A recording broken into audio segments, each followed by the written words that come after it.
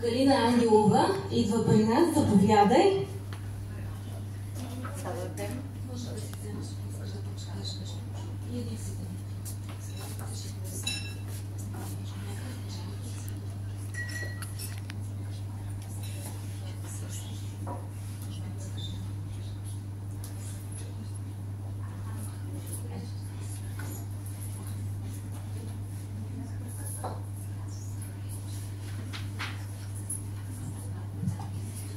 Здравейте всички, радвам се, че ви виждам и че се срещаме в такъв хубав повод. Най-хубавият повод това е любовта.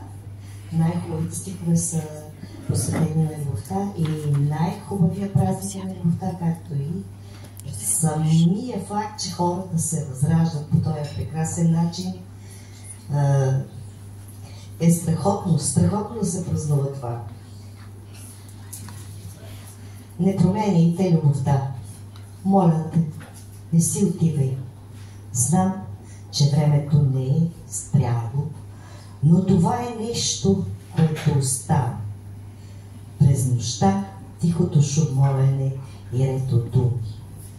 Не съм ти казвам, откакто твоето сърце и ум са се сблъскали, защото ти си тук.